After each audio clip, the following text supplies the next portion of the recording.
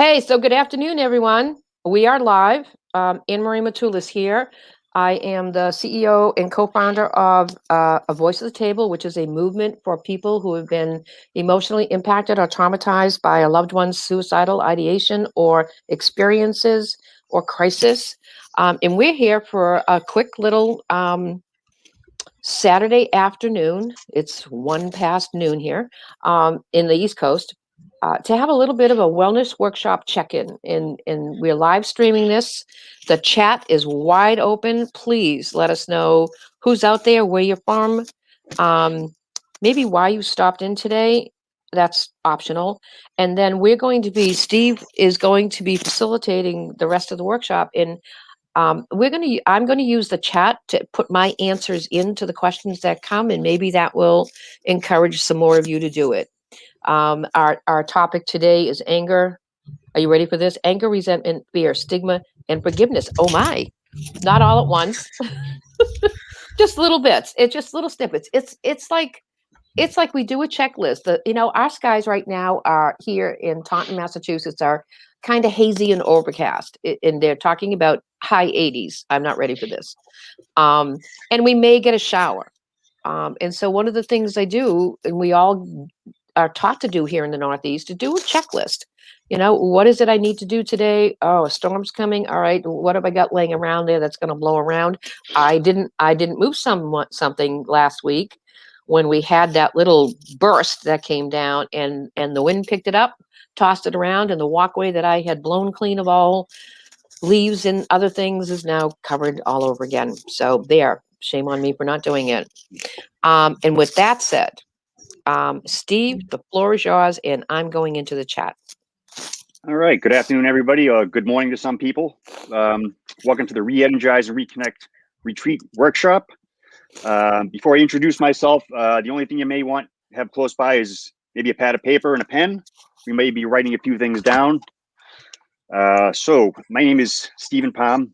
Live in East Taunton, Massachusetts with my wife, Carrie, and my son, Cameron.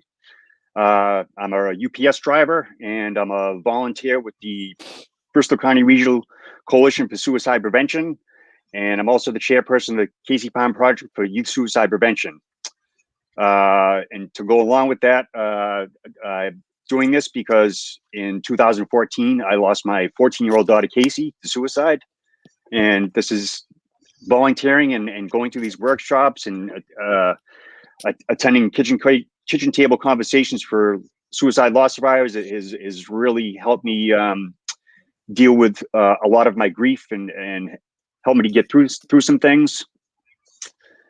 These workshops that we're going to go through today, the workshop, the exercises, I've gone through them several times. I'm still new to facilitating. I've done it a couple times. This is my first live stream, so I'm pretty excited about that. Yes. And before I begin, I'm going to let Joseph introduce himself. Hi, I'm Joseph. I just finished my freshman year of college at UMass. Yay! Yeah, 1 year down, 3 more to go. I am a suicide attempt survivor as well as an impacted family and friend of people who have had suicidal crises. So yeah, that's just a little snippet about me. All right, so let's jump right into it. As Anne-Marie said, it's this workshop specific part. We're going to do anger, resentment, fear, stigma, and forgiveness. Oh my. So I'm just going to read a little bit right here. Please keep in mind that everything we do in these workshops is related to suicide prevention, emotional, mental, and spiritual healing. Please note, and this is important, these workshops are not counseling. Let me get myself in here. Or clinical therapy, and not appropriate for someone still in crisis. The goals of this is they must always be reasonable, realistic, and attainable. I find that the more I'm able to put in, the more I'm able to take away. So goal number 1 is to provide a safe environment to encourage and empower participants to share in a part of the healing journey with others. And this is a safe space. Number 2 is to preserve dignity and counter stigma, shame, and discrimination. And number 3 is to inspire hope. The backstory. What lies behind us and what lies before us are tiny matters compared to what lies within us. That's by Ralph Waldo Emerson. Wise man at Emerson, and he had some pretty inspiring friends to hang out with. In New England, we had the familiar preparation, as Anne-Marie just spoke about a little bit, checklist whenever we brace for a winter blizzard or nor'easter and the hurricanes. Those who live in other parts of the country have alert warnings for tornadoes. Those who hope to keep us safe do their best to forewarn us as early as possible to avoid disasters. The checklist is a well-used tool. Do I have what I need? How well am I doing? Is there something more I need to do? Hopefully, if you're participating in this workshop, you've let go of the two of the R's of anger, revenge, and retaliation. Sadly, the deadliest of the three is resentment, the scorecard. Some people keep scorecards, whether they think about it or not, they have a scorecard. The R's of anger are typically the direct result of someone not doing what we want them to do, the way we want them to do it, when we want them to do it. Example, someone driving recklessly can threaten our safety. I see it all the time. He or she is not driving the way we want them to, and as a result, we may feel threatened, and we get angry and shout things that make impolite gestures, and then we tell at least 100 people, or better yet, go on social media and tell the world. We continue to fan the flames that fear and anger. That's a textbook resentment. Some define it as reliving a situation over and over. Nothing good ever comes from that. I drive for a living, and I can attest that road rage is. I learned a lot of patience to get rid of my anger. And let's more clearly define the scorecard. The person who forgot your birthday, or the one who didn't call you back, or the one who didn't bring a gift. Actually, I have a friend who calls it the hit list. The good news is many people honestly don't get buried under resentments or the scorecard, but some do, and it can create a very negative emotional life. I have a few people that come into mind that I know keep checklists, and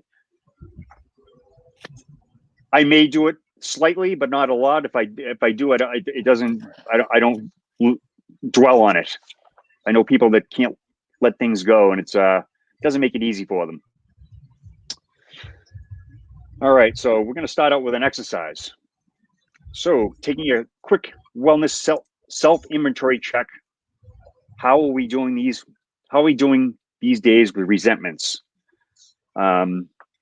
Is there anybody you resent that the things we were just talking about that you can't seem to let go of? And if maybe somebody had said something to you that you find resentful, and you keep going back to that. I'm going to give an example of a resentment that I just had recently. I was in a group setting, and it was I don't know, how do I say this without not being too specific? A person who more of authority that I respect and listen to. He was talking to a group of people, and just the way he was speaking, he was talking about somebody, basically let his words do him in. And he used the phrase, "Let him hang himself," which, in my head, I completely understand that. And two sentences later, in front of all these people, he turned to me and said, "I'm sorry, Steve." Now, I felt better if he didn't point that out to me, and he did it a second time, and it was probably nerves, and I decided that I was not going to say anything to him afterwards, because I know I could let it go. If I felt I couldn't have let it go, I would have had to say something, because I don't want something like that eating me up, and that would become a resentment. And this is a person I like and I respect. Do you still have people on your scorecard? So we're going to take a couple minutes. If we were sitting live around a table, we may take a little more than a couple minutes to do this. We're just going to write down some honest thoughts about your scorecard. Do you have a scorecard, or is there anything that's been bothering you that you think you may be keeping that scorecard and you want to let it go? It can help if you write it down. It's when you put it down on paper and read it, it might click in your head. Oh, that's not. I don't need to do that. It's it can be tough. So I'm just going to take a couple minutes. I'm going to write a couple things down. If you would like to write a couple things down. I see some comments across the screen. Yeah, can you see that one from Jackie? Yes. Jackie's with us from Missouri. That's fascinating. 20 plus years. Wow. Woo. Good for Okay, you, Jackie. Good Jackie. for you. That's And a I lot bet of, you feel good about it. yeah, that's a lot of pins and dolls. Yeah. Yes, it is.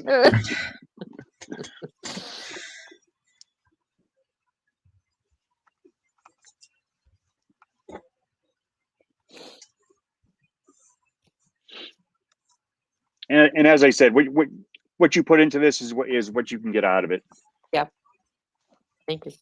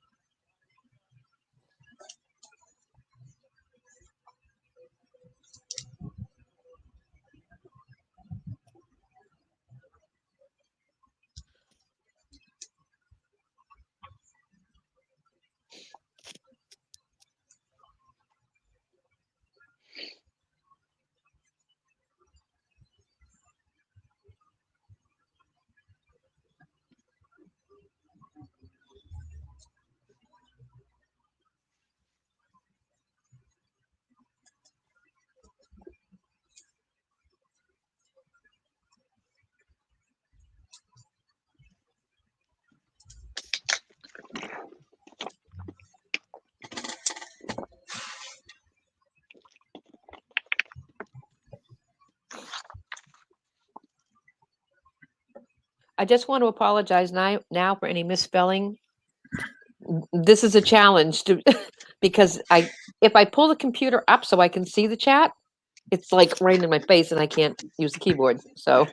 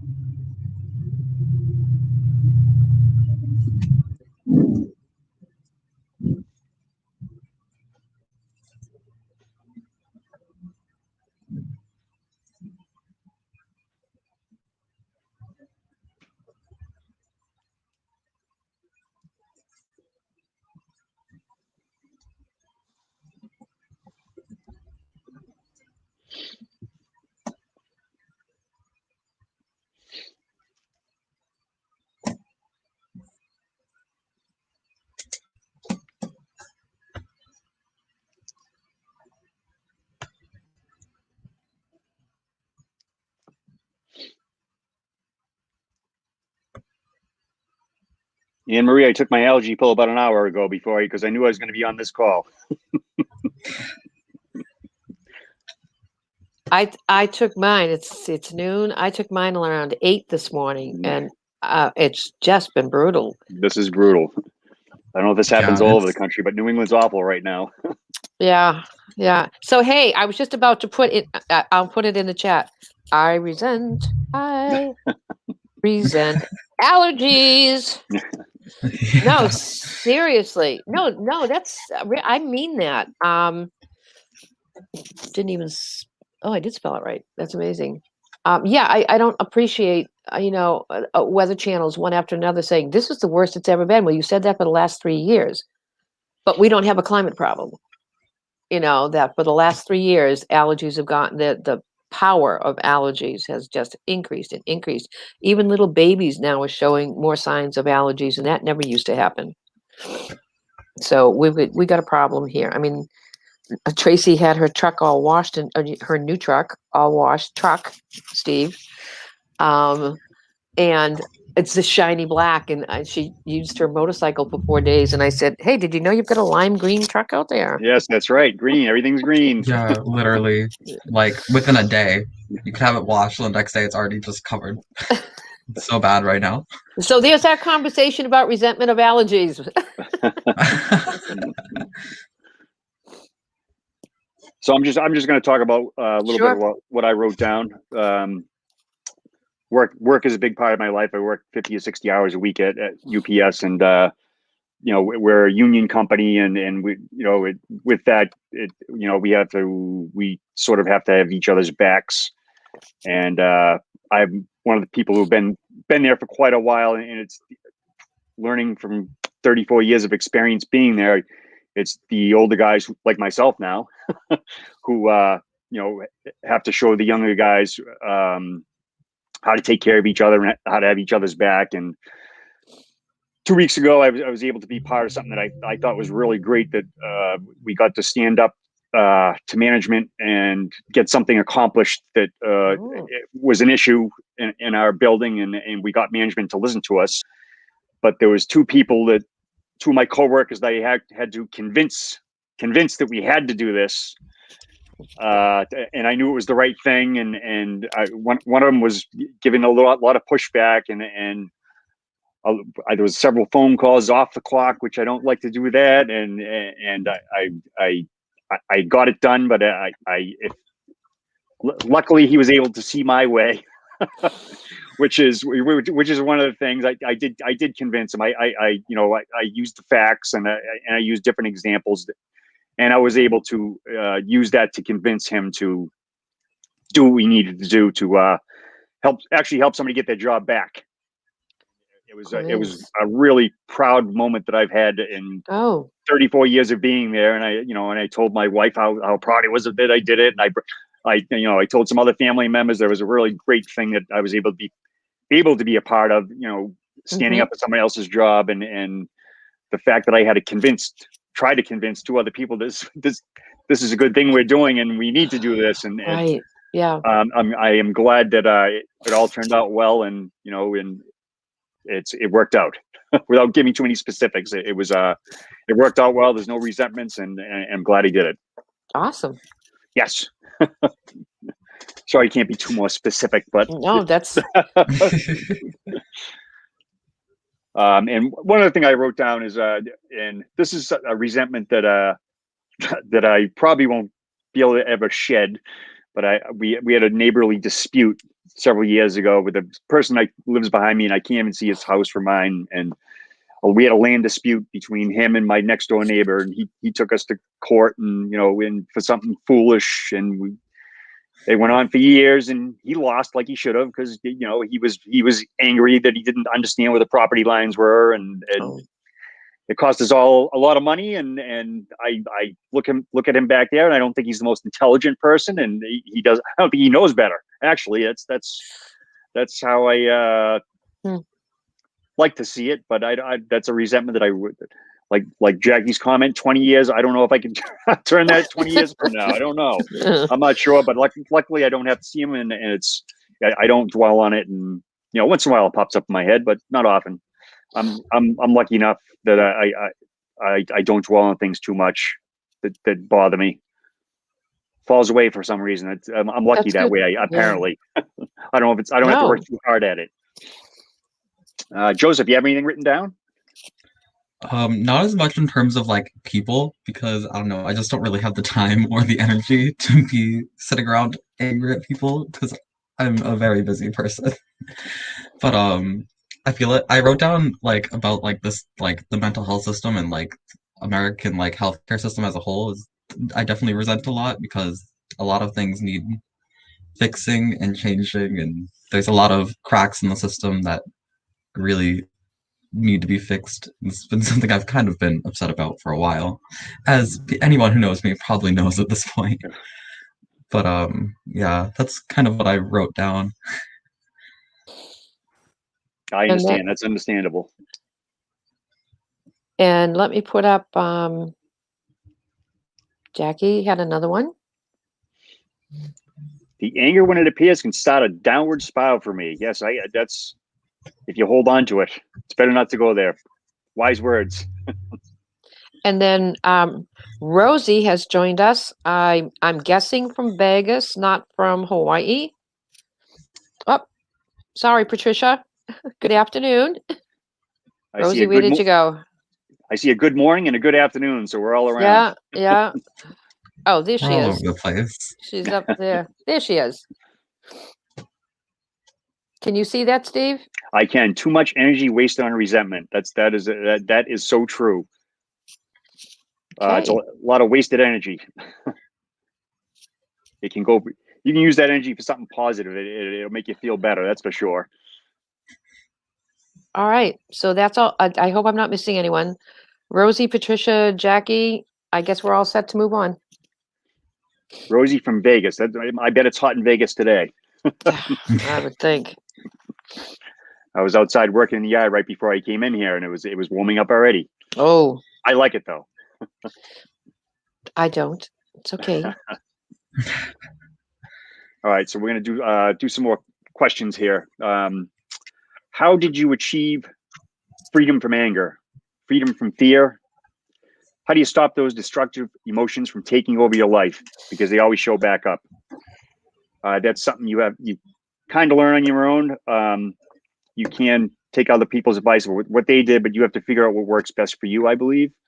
Like I said, I am fortunate enough that some of these things come easy to me. I know, but I'm going to use my wife as an example. She sometimes has trouble letting go, and I don't always have the easiest time trying to convince her that she needs to let something go.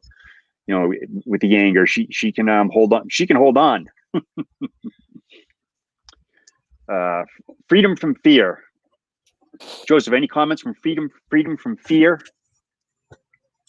I feel like it's for myself, I kind of just need to distract myself from it, because if I like think about it, then I really just get like sucked into it. Kind of like what Jack was saying earlier with anger, where like if you kind of think about it, you get sucked into it, into a downward spiral.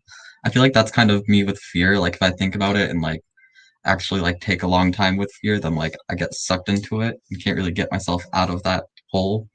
But if I like distract myself and do a lot of like self-care and like not really thinking about the fear, then it's not really like much of a problem. But if I give into it, then kind of go into a downward spiral.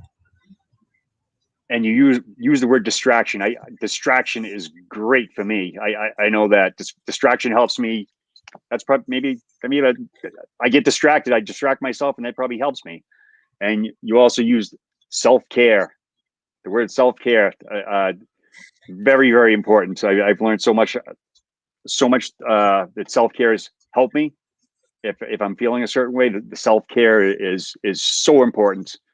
Take a walk, walk the dog, ride the bike, go out and sit in the yard, sit in the sun for a little while. Anything that you enjoy can be self-care. How do you stop those destructive emotions from taking over your life? Because they always show back up.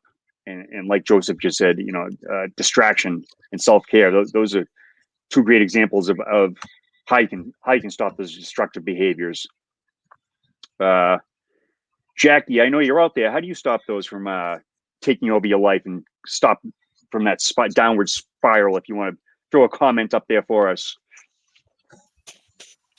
So we have Jackie in the chat, and we have Rosie, and then we have Patricia is also from Vegas. And do you know, Steve, it's only 60 degrees in Las Vegas. We're heading to 90, and Vegas is 60. It's still early there. That sun will get strong fast. There's Jackie's answer. Yep. Rosie put first need to acknowledge it. Very important. If you can acknowledge that, that's the first step. And gratitude. Jackie put gratitude. Yes, most certainly. All right. And while we're here, let's talk about an S word, stigma, prejudice and discrimination. For me, as a loss survivor, I the stigma is the way it's affected me is there are people that know me that I know have trouble that wouldn't mention my daughter's name. I wouldn't mention anything about it for fear of upsetting me, I guess. And I have other people that will mention my daughter's name and ask questions and ask me how I'm doing, and it's well appreciated. And I've actually said that to people, thank you for not being afraid to say that comment or ask that question, and it's extremely helpful. I know there's a lot of stigma with suicide attempt survivors too, and it can be even worse for them, I believe. Joseph, you have any experience with the stigma? Yeah, definitely, especially in like school and stuff. It's definitely kind of when you're out, especially like when I was out for the first time, I really like had that like a big bout with like suicidal ideation, and when I like got really bad into it. I was out for like a good month, so coming back was difficult because everyone would always be like, "What were you gone for?" And then when you tell them, it's usually you don't always get the best response back. And it kind of just showed like who like my true friends were and like who I can surround myself with and who would like actually support me and who kind of to be acquaintances with but not be too close to because they're not the nicest. Right. Mm-hmm. And some of it, I believe some of that's fear. People, there's others who they don't know what to say. Yeah, definitely. And so we're working on getting rid of that stigma and letting people know it's okay to talk about it. There are 3 S's too: suicide, stigma, and shame. Do prejudice and discrimination around being a suicide attempt survivor and or loss survivor still play a major role in your life? If not, and why not? So we touched on that a little. It's being a loss survivor definitely it plays a big part of my life, and because volunteering and talking about it, and I want others to talk about what can we do to prevent suicide and to help others that have mental health issues and people who are attempt survivors. I'm going to talk about that because I know it's important, and if I'm not going to talk about it, then who is? It's somebody's going to do it, and I'm going to step up, and I know there's a lot of people behind me and a lot of people beside me that are going to do the same, and we'll work on getting rid of a lot of the stigma. Any thoughts on that, Joseph? Yeah, definitely. I feel like it definitely still plays a major role in my life. I mean, that's why I'm here. So, yes. I feel like being doing kind of talk about it and doing work for it kind of helps me feel better like about myself and like how I view myself. It's definitely helped me like not fall into the pattern as much of being like in deep depressive bouts. Yeah, it's definitely like so it just does definitely plays a huge role because then like also society's view of you isn't always the best, and sometimes when you do help, as Henry put in the chat, like a lot of times attempt survivors are treated as less than when they're seeking help. A lot of times, like if I do have to seek help, sometimes providers don't always like to be the nicest. Sadly, still. All right. So we're going to take another couple minutes to write some things down about what we were just talking about. Write something down. We're going to start a discussion about how exactly this can affect you, and if there's anything that you've done that has helped you to get rid of that. Even though we just talked about it, I'm going to write some more down. Okay. I also noticed that Patricia would put prayer, and prayer, and I also self-reflection. I think goes along with that also. So if you want take a couple minutes and write something down that you feels could be discrimination towards you.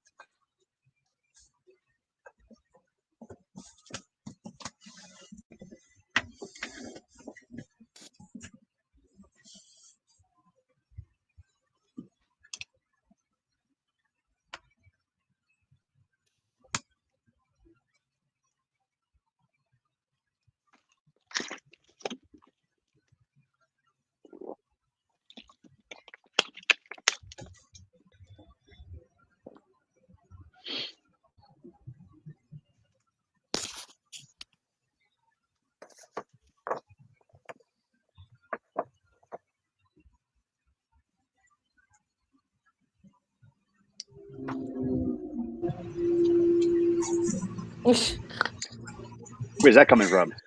not me. Who's got the speeding cars? It might be me.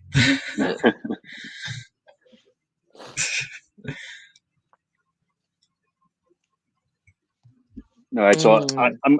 I'm going to start out. This goes back to my when I first lost Kacie. This is something it still hits me once in a while. I hadn't even gone back to work yet, and I was down at the corner store, and I had somebody that say something to me that, and I didn't even know. I know he had children Casey's age, and he may have known who I was, but I didn't really know him. And he said to me, he says, are you going to move? How are you going to live in that house? I don't know how you could do that. And I was floored. I didn't know what to say. And this was when this was within a month of losing my daughter. And I don't know if to chalk that up to ignorance or just being a rude person or I don't know, but that's definitely the strongest, the most discrimination I felt and prejudice that I felt at that point. Mm-hmm. I haven't luckily haven't experienced anything like that again. And I guess people have those thoughts, but why he would spit those words out of his mouth is beyond me. And luckily I don't see that person anymore.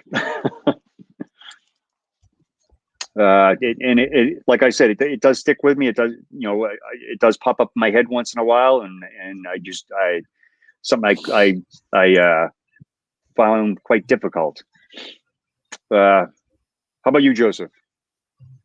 Yeah, it's definitely like I feel like my biggest time, like the time where I faced the most discrimination was definitely probably like that first time I came back from being like out of school. Like as I was talking about earlier, I was out of school for about like a month because I had to go like do a program and everything.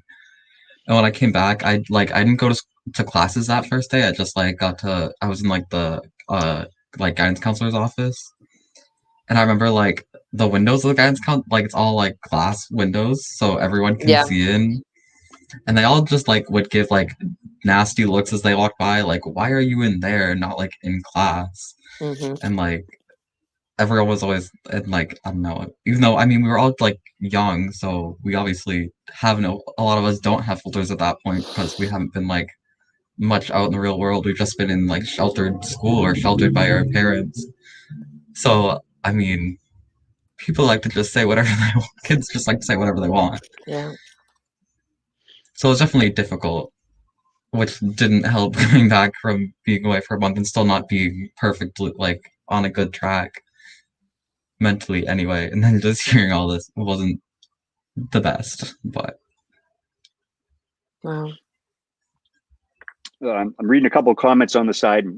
Patricia put that she had no one to talk to, and that's why we do things like this, so that you do have someone to talk to. It's super. I find it super important to be able to talk to other people what's going on and listen to their stories, and they can listen to my stories, and it certainly helps to have somebody to talk to, and we are here. And I also see that Jackie had put discrimination because she has a child with substance abuse disorder, and I find I most people know somebody or have a family member. I have family members with substance abuse disorder, and I see the devastating effects of it. And I think that because it is so widespread, so many more people, I believe, understand that it can happen to anybody. And the same thing with suicide. It can happen to anybody. It doesn't discriminate. And I like that she put pen to paper and be able to do that. You found what helps you. If you can find what helps you, that's half the battle right there. Marie, did you have something? Yeah. Well, I just saw Patricia's comment, and it's nice to be able to say finally that far more attention is being given to the entire BIPOC community. And there are two things. The single most motivating thing, frankly, was Black Lives Matter. That pulled out we know we have disparities in our healthcare. We know we have different cultural approaches to this. We've known for years that, as Patricia put, you almost can't talk about mental health within the Black community. And if you remember our documentary, 2016, was it? I've lost track of my own films. That's not good. When we had April Cabrera on, and I had asked her because I realized we are doing a public health film about families impacted by suicide, with their kids having suicidal thinking and self-injury and attempts. And I said to her, I said, tell me why. And I remember her saying, she said, look, first of all, we're raised that you go to church, you turn to your faith, you go to church. That doesn't mean it's the right thing to do. But we may become, in what she was talking about was her Black community. She said, our men will get involved in violence and drugs and alcohol. They will kill themselves in other ways, but it will never be called suicide. And to know that we are shattering that silo, it's slow, it's way behind. But I just wanted to confirm with Patricia that all of the major organizations that deal with suicide prevention, and I have to give a shout out to the Mass Coalition for Suicide Prevention, who brought, when Pada Suyamoto came on board, we actually have a toolkit, and I'll try to get the link in the chat. We have a toolkit for social justice, racial equity related to suicide work that you might find a very important read, and they just revised it. But also organizations like the American Foundation of Suicide Prevention, the American Association of Suicidology, NAMI, National Council for Behavioral Health, have all stood up and recognized that we needed to make massive changes. And the pandemic brought it out. We just saw results from Dr. Thomas Joyner, who's an expert in murder-suicide. And one of the charts that he had in his workshop that is real time from Maryland was that the chart showed a downward spiral of white suicides during the pandemic and a massive escalation of Black male suicides, particularly younger Black males, going up. And we have to make changes in our research. But Patricia, I wanted you to know that it's probably been a very lonely walk, but you have a whole lot of people starting to come forward. And that is awesome. And I'm thrilled to say that our next president of the American Association of Suicidology, Victor Armstrong, is a person of color. And I guarantee he's going to lead us out of the darkness and get up to speed on doing this right. So I just wanted to put that out there. Every morning when I get up, I flip through my Facebook feed, and I see Victor Armstrong with his daily messages, and he puts out those daily messages that are inspiring, and I don't know him, but he seems like he is well fit for that job. Well, Joseph had the privilege of sharing a town hall with him. When we really, did the town hall, did the town hall in October, Victor was on there. And what I love about Victor is he does not put no sugarcoating on anything. He calls it as it is. Not. And if it's prejudice and discrimination and you're being a jerk, he'll say it. He's not polite, Steve, when he does it. He just said, no, that's prejudice. That's racism.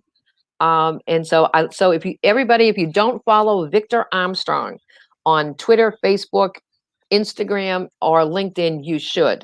I can't think of it. Every morning he's up at the crack of dawn at the gym, and then he does a live stream or he posts something that you just walk away and say, okay, I know what I have to do today.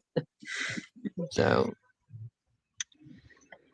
All right. So now let's talk about those examples of who and what might be on your forgiveness list. And I'm going to read some examples here. And I think the first one is probably the most important person on your list, and that would be you, to be able to forgive yourself. The loved one lost to suicide, clinicians for not listening or hearing you, doctors, hospitals, ER personnel, other family members, friends, same as above, and for dismissing the importance of the issue, the lack of support. God, or whatever you believe in, if you don't have a spiritual reference, try the universe, karma, fate, or put it back to you. Who else? Hopefully, if you, as an attempt or loss survivor, have been in mainstream life, move forward on your healing and recovery path, you may have already understood the importance of forgiveness to your life and well-being. For me, I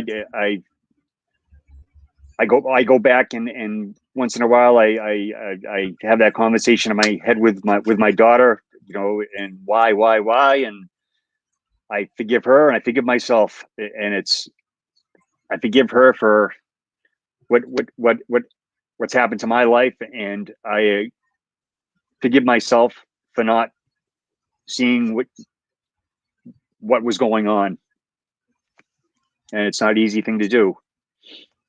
But if you haven't quite reached that place, this list may be of help to get you there. And as you continue in this journey to freedom and inner peace, you may stumble across a few more to add to the list. So another exercise. We're going to allow a few minutes for everyone to reflect on this list and make some notes on forgiveness. So if you want to take a couple minutes and write some things down.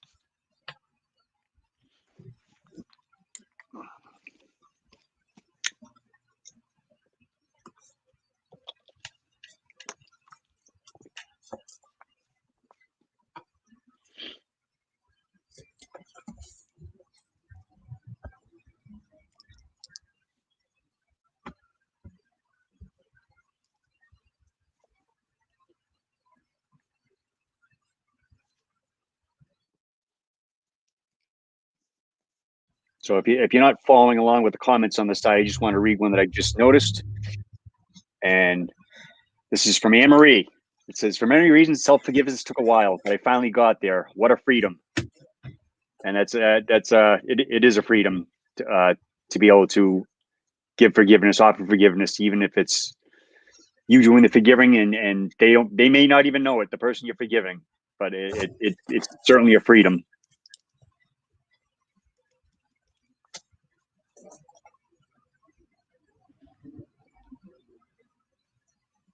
I was just about to point that out, Emery.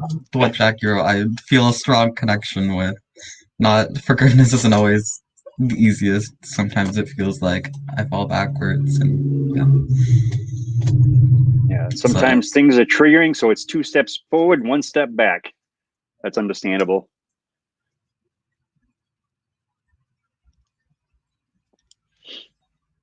All right, so I talked about forgiving my daughter, forgiving myself. Joseph, is there anybody that you have forgiven or would like to forgive? yeah, definitely. Well, myself was a big one just because I feel like I put a lot of people around me into a lot of stress over kind of some things that were out of my control. So it takes a while. Obviously, some days are still harder than others with being with self-forgiveness and being okay with myself. So that was definitely a big one.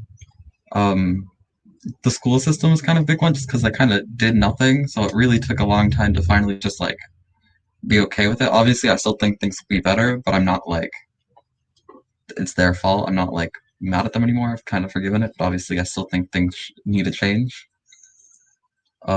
Faith was definitely like a big one, especially like being gay just was difficult just because everyone around you is kind of like, like a lot of things in religion are like that's sin and that's not good. And so that was definitely like a big thing to get over because it made me like hate myself for a really long time. So it was definitely a big struggle to like finally let go of it. And like obviously some days still are a struggle, but getting there, progress. Yeah. Anne Marie, I see you put several comments on the side. Is there anything you want to talk about specifically?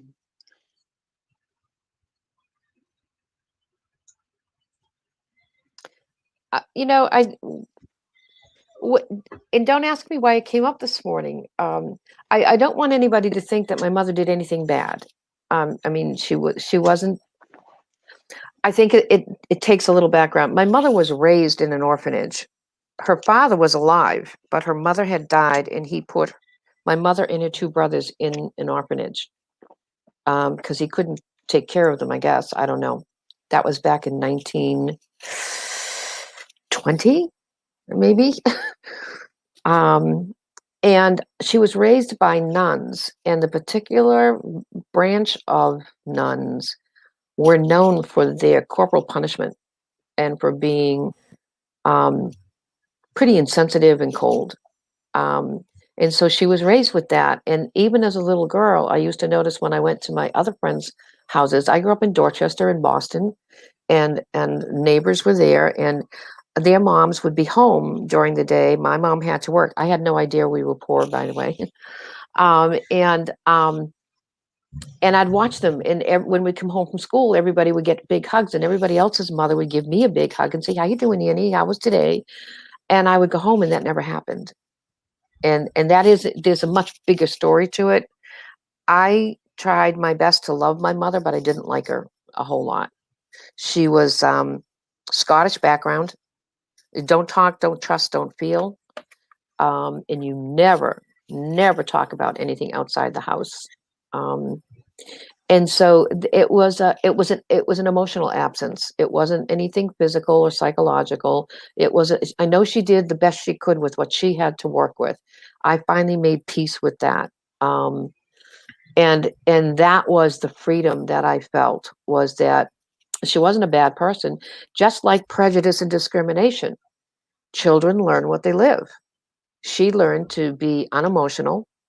She was terribly prejudiced and bigoted. And Joseph, you'll love this one. So think of the time frame we're talking: the 20s and 30s and 40s, growing up, right into the 50s. that it wasn't until my mother died that I find out I had an uncle who ran a gay bar in Boston. That must have floored her. Honest to God, I mean this, and for anybody out there, when we see this recording, I'm in the back seat of the hearse, right? The funeral cars. We're going to bury her.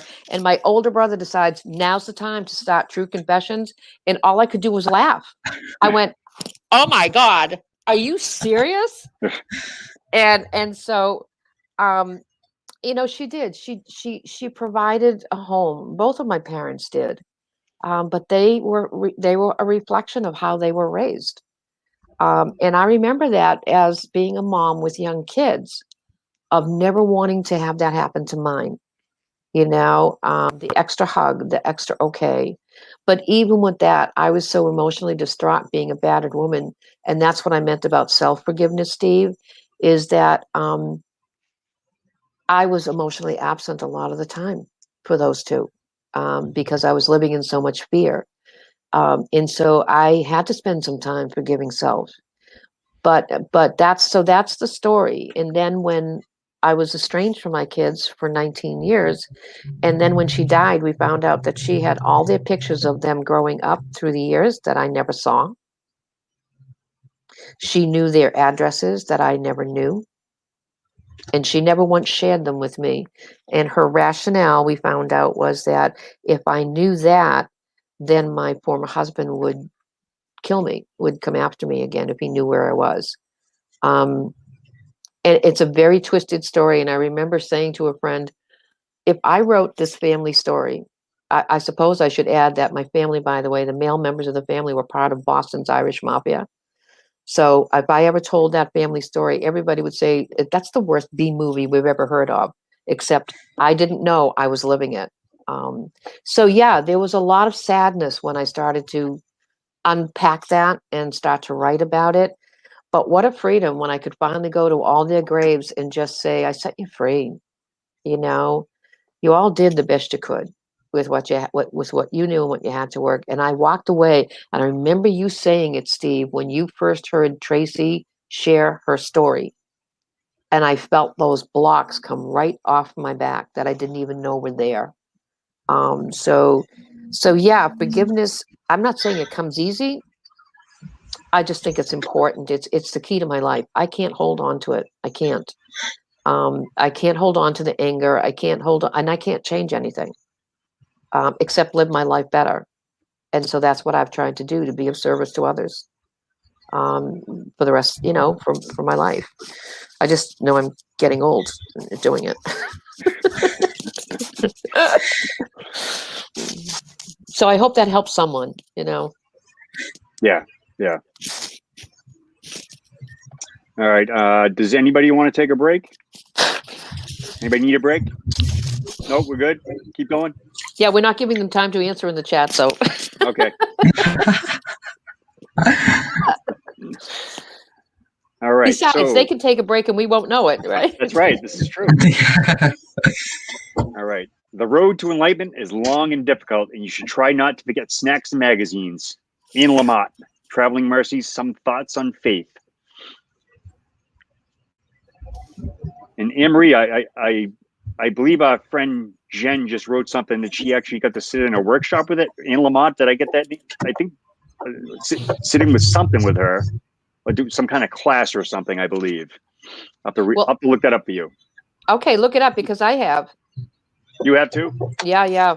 It was just, yes, there are some others. Yes, there are some others. Now I can't remember though. Yeah, maybe it was Jen. It was. That's why the name popped out to me. Okay, yeah, and it's, yeah. I mean, it's an experience you have to have. You can't describe it. You just can't describe it. She is, she's alive. She's alive. And she is so spiritually based, but she is also so totally irreverent. And so I highly recommend anybody is going through a healing process or a questioning process. You might even want to begin with the little book of birds, where she talks about how to do your basic first time writing. And she talks about, and I'll say it out loud, the shitty first drafts that you're going to make. Just keep doing it and doing it and doing it and doing it and doing it. And eventually what you wanted to say will just spit out. Because that's how she first started writing. She started writing as a writer, teaching other people to write. But now she's gone off on so many different, she's got books that you really, Traveling Mercies, and just a whole lot of them. She dove real deep into parenthood because it scared the hell out of her. So, yeah, she's got so much to offer to the world of recovery and healing that I can't more highly recommend her. Wow, that was a surprise.